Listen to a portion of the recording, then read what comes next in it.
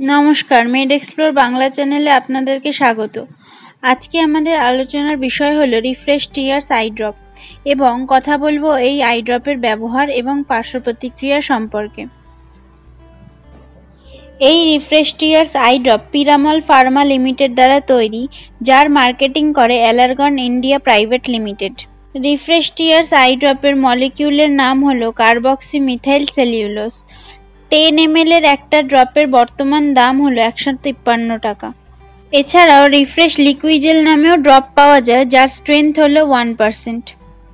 যদিও বা এই টাইপের I drop over the counter অর্থাৎ ওটিসি মেডিসিন হিসেবে যে কোনো মেডিসিন শপে ডাক্তারের প্রেসক্রিপশন ছাড়াই অনায়াসে পাওয়া যায়, কিন্তু যেহেতু চোখের ব্যাপার সেই জন্য এই টাইপের আই ড্রপ ব্যবহারের আগে একবার ডাক্তারের সাথে আলোচনা করা উচিত।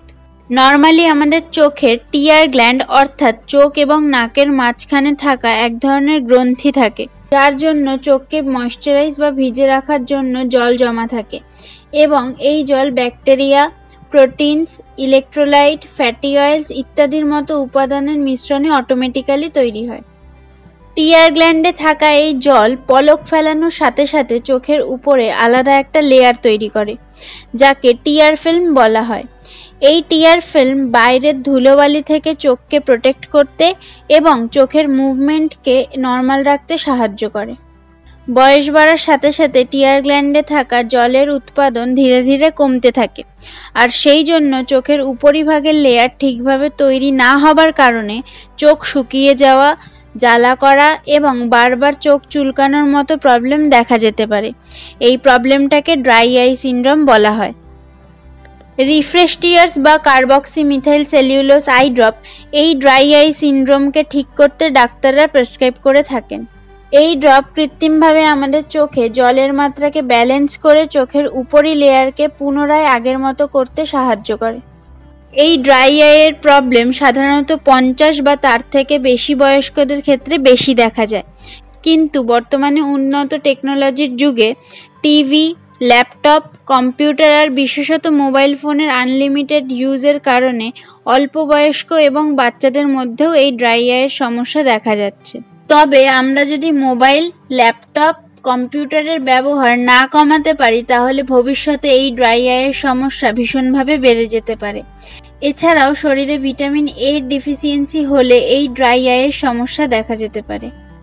রিফ্রেশটিয়ার্স বা এই সেম মলিকিউলের আই ড্রপ চোখের আরও বিভিন্ন সমস্যায় ডাক্তাররা অন্যান্য ড্রপ এবং খাবার ওষুধের সাথেও প্রেসক্রাইব করে থাকেন। রিফ্রেশটিয়ার্স ড্রপ 1 থেকে 2 ফোঁটা করে দিনে 2 থেকে 4 বার হিসেবে 7 থেকে 10 দিনের জন্য ব্যবহার করার পরামর্শ দেওয়া হয়। তবে চোখের কন্ডিশন অনুযায়ী এই ড্রপের ডোজ এবং ডিউরেশন আলাদা আলাদাও হতে পারে। রিফ্রেশটিয়ার্স আই ড্রপের সমতুল্য পপুলার কিছু ব্র্যান্ড নেম হলো kleantears eye drop, tear drop, Lubrex eye drop, Justears, Adtears, Ecotears, Optive ইত্যাদি। এছাড়াও এরিয়া ভিত্তিক সেম কম্পোজিশনের অন্য ব্র্যান্ড নেমও ডাক্তাররা সাজেস্ট করতে পারেন। রিফ্রেশটিয়ার্স বা carboxymethylcellulos আই ড্রপের পার্শ্ব প্রতিক্রিয়া হিসেবে যেমন অ্যালার্জি, চোখে জ্বালাভাব, ব্যথার অনুভূতি হওয়ার মতো আরও অন্যান্য সমস্যাও দেখা যেতে পারে।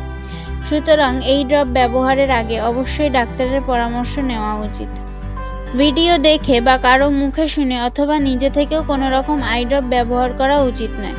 যে কোনো আই ড্রপ ব্যবহারের আগে ডাক্তারের পরামর্শ নেওয়া আবশ্যক। ভিডিওটা যদি আপনাদের ভালো লেগে থাকে তাহলে লাইক, শেয়ার এবং কমেন্ট করবেন।